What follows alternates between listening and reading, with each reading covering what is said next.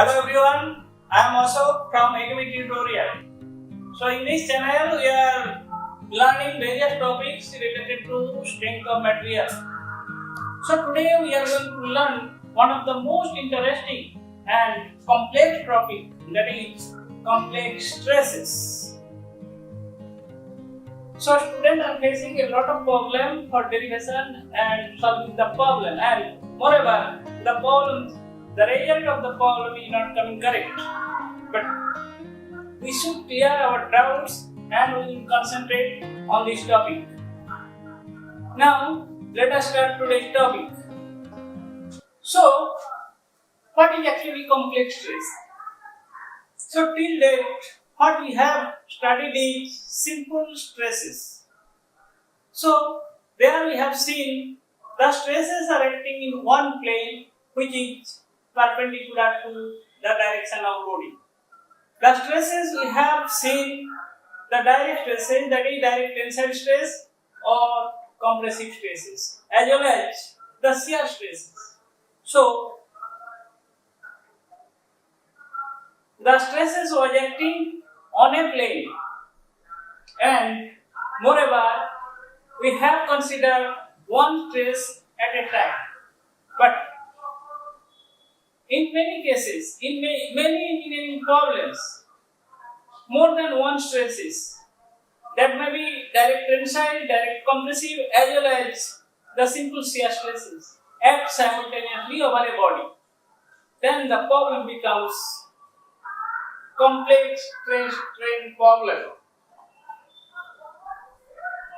So in this session, we will consider two or more stresses acting simultaneously over the body, and what the effects means the intensity of stress as well as the direction of stress produced in the body. So we will consider the first case, that is stress on a oblique plane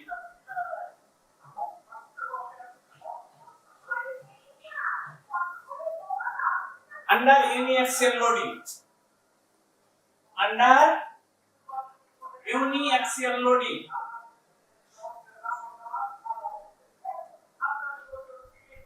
So this is the first case. So diagrammatically if we see, so this is the stressed body. The body is under only sigma x stress. So if we multiply sigma x with the area, then we will get the load in that particular direction. So we know that this is the x direction and this is the y direction and this is the origin. So only along x direction load is acting.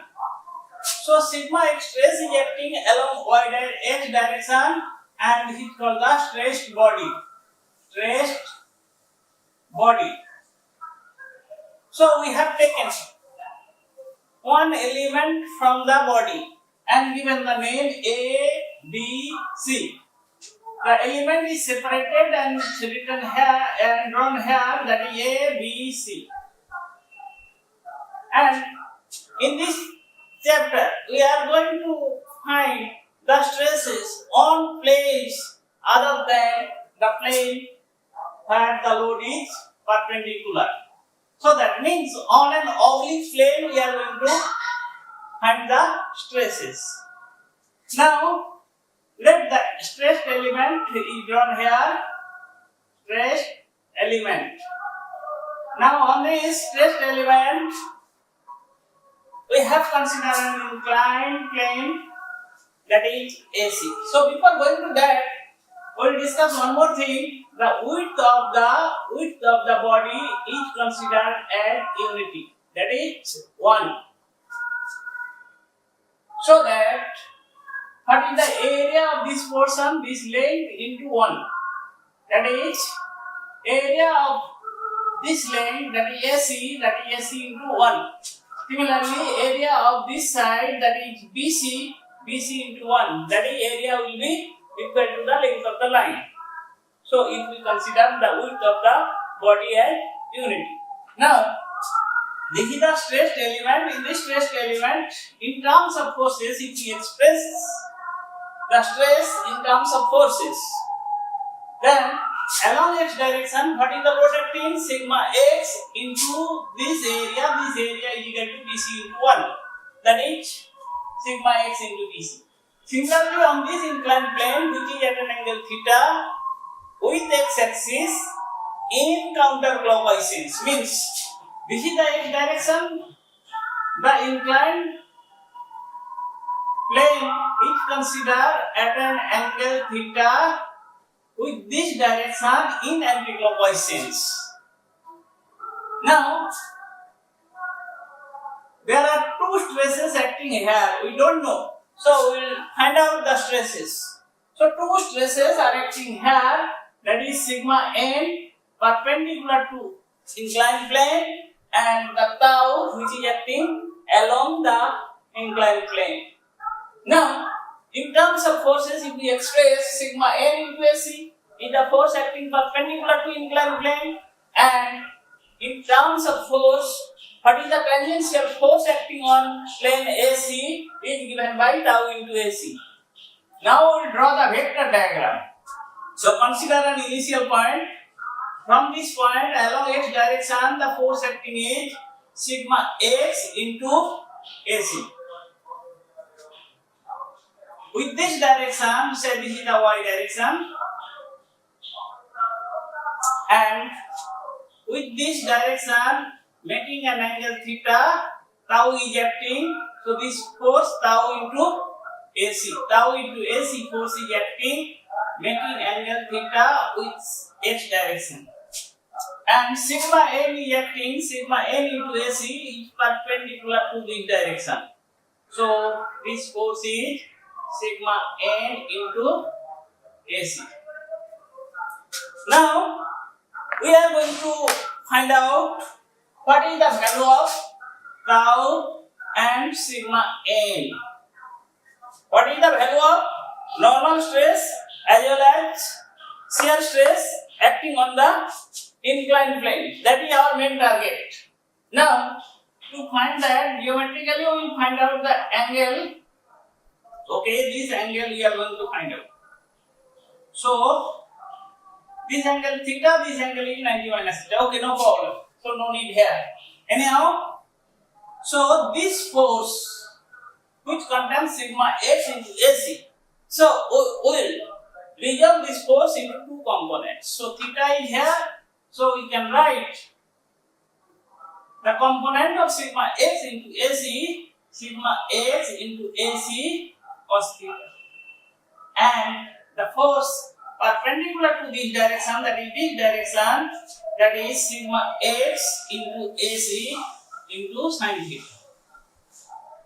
Now we have resolved this force, so we can remove this force. So now, for equilibrium of the element, this is the original point, equilibrium of the element. So along this tau direction, the sum of the forces will be 0. Similarly, along sigma n direction also, sigma n direction, the sum of the forces will be 0. Now, first we are considering sigma n direction. Okay, sigma n into AC, which is acting upward, and that will be equated to sigma x into AC into sin theta. Now, what is sigma n then? Sigma n is given by divided by AC, so it will give sigma x into AC.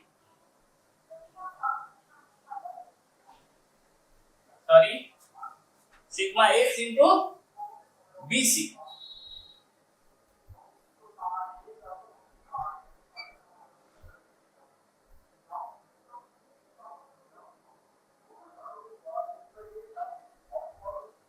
Okay, so sigma n into AC, that will be sigma x into BC sin theta. So sigma n is equal to sigma x into AC by BC into sin theta. Sigma n into AC, tau into AC, and this one is sigma x into BC. So sigma x BC cos theta, sigma x BC sin theta. Now sigma n into AC is equal to sigma x into BC sin theta. So sigma n will be sigma x into BC by AC sin theta. Now this ratio BC by AC we can determine here BC by AC perpendicular to hypotenuse. So it will give you sin theta. So that means we can write sin theta into sin theta or sigma x into sin square theta. So that also can be written in standard form, that is sigma x by 2 into 2 sin square theta, and 2 sin square theta is equal to 1 minus cos 2 theta. So we can write sigma x by 2 1 minus cos 2 theta. So this is the value of sigma n we have got on an inclined plane which is at an angle theta with x-axis in counterclockwise sense. That is sigma n is equal to sigma x divided by 2 into 1 minus cos 2 theta. Now we will go for the derivation of tau. So from vector diagram we can see that both the forces are acting in one direction. That means sum of the forces will be 0, so that the element will be in equilibrium condition. So that means tau into AC plus sigma x into BC into cos theta is equal to 0. Or we can write tau into AC is equal to minus sigma x BC cos theta. Therefore, tau is equal to minus sigma x BC by AC into cos theta. So that is equal to minus sigma x. What is BC by AC? So BC by AC is sin theta. So we can write sin theta into cos theta. Sin theta into cos theta. Or we can write minus sigma x by 2 into 2 sin theta cos theta, or it is sin 2 theta. So we have got the result of sigma n and tau. So I am writing here what is the sigma n value. We have got sigma n, we have got sigma x by 2 into 1 minus cos 2 theta, and we have got tau is equal to minus sigma x by 2 sin 2 theta. Okay, I am removing this. Now we have seen the stressed body, in which stress was acting only along x direction, and we have taken one inclined plane, that is AC. AC was the inclined plane. The inclined plane was making theta angle with x direction, and the stress developed on that inclined plane is given by sigma n, and this is given by tau. The sigma n value is equal to sigma x by 2 into 1 minus cos 2 theta, and tau is given by minus sigma x by 2 sin 2 theta. Now if we consider another plane, means if we vary the angle theta, so consider that this is the theta value. So now as the theta value changes, so this will affect the intensity of stresses. So that means intensity of stresses will vary at every inclined plane. So if we consider number of inclined planes which is making an angle with x-axis. So the intensity of stress will carry on varying. That is clear. And there will be some plane where the maximum stress will develop, that is shear stress. What is maximum shear stress in this case? So maximum shear stress will occur when sin 2 theta value will be maximum. Sin 2 theta value is maximum, then tau on the plane will be maximum. So what is sin 2 theta maximum value is 1. So that means we can write tau max value will be minus sigma x by 2, which is numerically the half of the stress applied in x direction. Okay, so these two cases, these two formula we have developed here for a body under uniaxial loading. Now we will see the other case, that is the second case, when the body is under bidirectional loading. The stresses on an oblique plane under bidirectional loading. Bidirectional loading.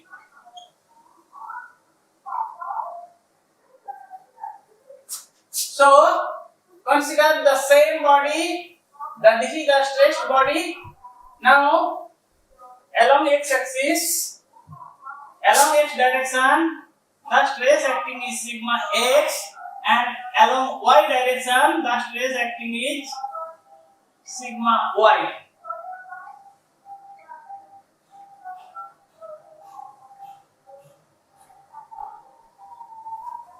Width of the body we have considered unity. Consider an oblique section, that is AC, which is making an angle theta with x direction in counterclockwise sense. Now we are going to determine what is the sigma n and tau value developed on that inclined plane, that is on plane AC. Select tau is the stress developed, tangential stress, and sigma n is the normal stress on inclined plane AC. So first we will draw that element. Now this is the element. This is the A, B, C, and this angle is theta, because inclined plane makes an angle theta with that is x direction. What is the force acting along x direction? That is sigma x into area BC. Area is equal to BC. So sigma x into BC. Similarly, what is the force acting along y direction? That is sigma y into AB. We don't know what is the stress developed on inclined plane. Let sigma n and tau. So in terms of forces, we can write here the normal force, that is sigma m into AC, and the tangential force which is acting on plane AC is equal to tau into AC. Now we will go for vector diagram. Consider an initial point. So in x direction, what are the forces acting? That is sigma x into BC. So we are writing here sigma x into BC, force is acting towards right. And towards downward direction, what is the force is acting is sigma y into AB. Now with x direction making an angle theta, the shear tangential force is acting, that is tau into AC. And with this direction at an angle 90 degree, the force acting is sigma n into AC. So this is the total case and this is the initial point. So from initial point O, all the forces are acting simultaneously. Now our main idea is to determine what is sigma n and tau value here. So to determine the sigma n and tau value, so so we will not disturb these two. So other forces, so that is this force as well as this force, we will just resolve these two forces. Okay, so this angle is theta, so we can easily write this angle is theta. Now just extend this. So once this angle is theta, this angle will be 90 minus theta and this angle will be, okay, or in other way you can find theta, this one is 90 minus theta and this angle is 90, so this one will be theta. So once this angle is theta, so this angle is to be theta. So that you have to determine geometrically. So once this angle is theta, so if we resolve this sigma x into bc into two components, one component here sigma x into bc into sin theta cos theta, and along this direction will be sigma x into bc into sin theta. So we have resolved this one, so we are removing this. This one we have resolved, so we are removing this. Next we will resolve this sigma y into AB. So this angle is theta, so in this direction will be sigma y AB cos theta and perpendicular to this direction. Okay, along this direction will be sigma y AB and theta. And this is resolved, sigma y into AB is resolved, so we are removing this. Now, for equilibrium of this element, so along this direction the forces will be equal and along this direction the forces will be equal.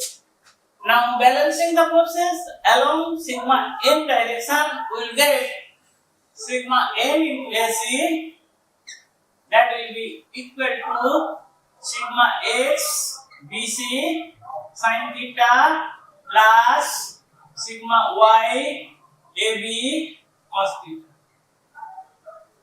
Okay, now sigma m becomes sigma x into bc by ac sin theta plus sigma y ab by ac cos theta. Now, what is the ratio BC by AC? We can find from here BC by AC. BC by AC, that is sin theta. So we can write sigma x into sin square theta plus sigma y into AB by AC, that is base by hypotenuse is equal to cos theta. So we can write cos square theta. Cos theta into cos square theta.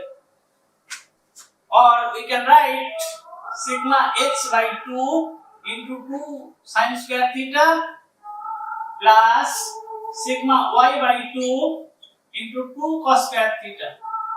So by using the formula we can write sigma x by 2 sin square theta is equal to 1 minus cos 2 theta plus sigma y by 2 cos square theta is equal to 1 plus cos 2 theta.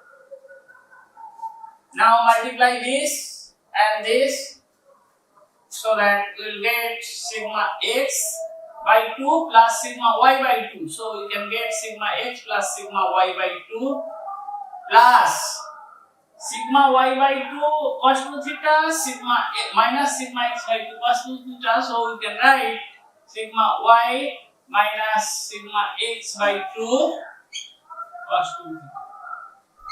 So this is the standard form of sigma n value. So we have got sigma n. What is the value of sigma n? Sigma x plus sigma y by 2 plus sigma y minus sigma x by 2 cos 2 theta. Similarly, we will determine what is tau value. So to get tau, so we will balance in this direction. In this direction. Tau into AC plus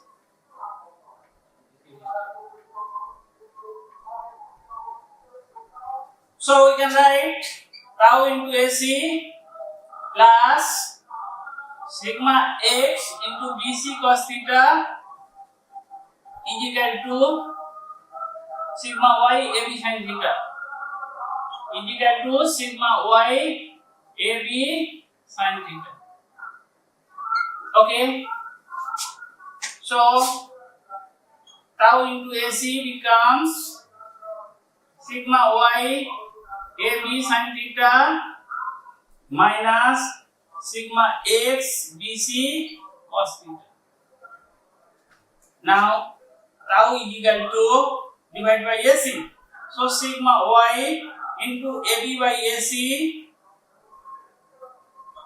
sin theta plus minus sigma x BC by AC cos theta. Or equal to, you can write sigma y AB by AC, AB by AC, that is cos theta into sin theta, or we can write sigma y sin theta cos theta minus sigma x BC by AC, that is sin theta, so sin theta cos theta, So we have got this, so we can write sigma y by 2 sin 2 theta minus sigma x by 2 sin 2 theta. So we can take common sin 2 theta. Okay, we can take common sin 2 theta. So it will give sigma y minus sigma x by 2 sin 2 theta. So we have got sigma n and tau value. Now we write sigma n and tau value separately. That is sigma n we have got how much? Sigma x plus sigma y by 2 plus sigma y minus sigma x by 2 cos 2 theta, and tau we have got is equal to sigma y minus sigma x by 2 sin 2 theta. Okay, so this is the sigma n and tau value. Now we'll discuss from the stressed body, that is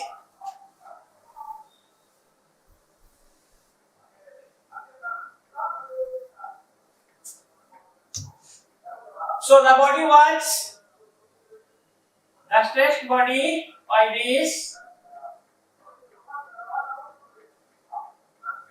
body was under bidirectional load, that is along x direction. The stress acting was sigma y along y direction, and along x direction the stress was acting as sigma x. So we have considered an inclined plane which is at an angle theta with x direction in anticlockwise sense. So on that inclined plane, what is the sigma n and tau developed? That is the normal stress on plane AC is sigma n, and the tangential stress developed on plane AC is tau. So if sigma n and tau is developed on that inclined plane, so sigma n and tau value is given by sigma x plus sigma y by 2 plus sigma y minus sigma x by 2 cos 2 theta, and tau value is given by sigma y minus sigma x by 2 sin 2 theta. So we have got the solution. Now we will see the maximum shear stress. So to get the maximum shear stress, so this was the angle made by the inclined plane with x direction. The theta may vary from 0 to 90 degree. It can take any angle. So, if we put the value sigma n value or tau value 0 to that maximum, so the value of or intensity of tau will change as well as sigma n also will change. Now, what is the maximum tau? So tau max will occur when sin 2 theta will be maximum. What is sin 2 theta maximum value? It is 1. So the maximum tau max is given by sigma y minus sigma x by 2. So similar way we can find sigma n maximum value, that is cos 2 theta also will be maximum, that is we can get it. Okay, leave it. Tau max we have got it, so we will come in appropriate section. Okay, so this is all about the derivation of these two cases. The first case we have considered the unidirectional loading system, in which we have got the sigma n and tau value on an inclined plane, and also we have got the maximum shear stress occur in which plane, that is on at which angle. Okay, similarly we have seen the bidirectional case, that is in this bidirectional case what is the sigma n and tau value, so it is given by these equations. I hope this will clear your doubts regarding the complex stresses, and the rest of the cases we will discuss in the next video. And if you face any problem, so you can contact with me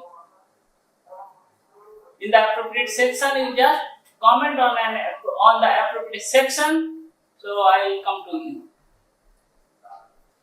Okay, so we will meet in the next video soon.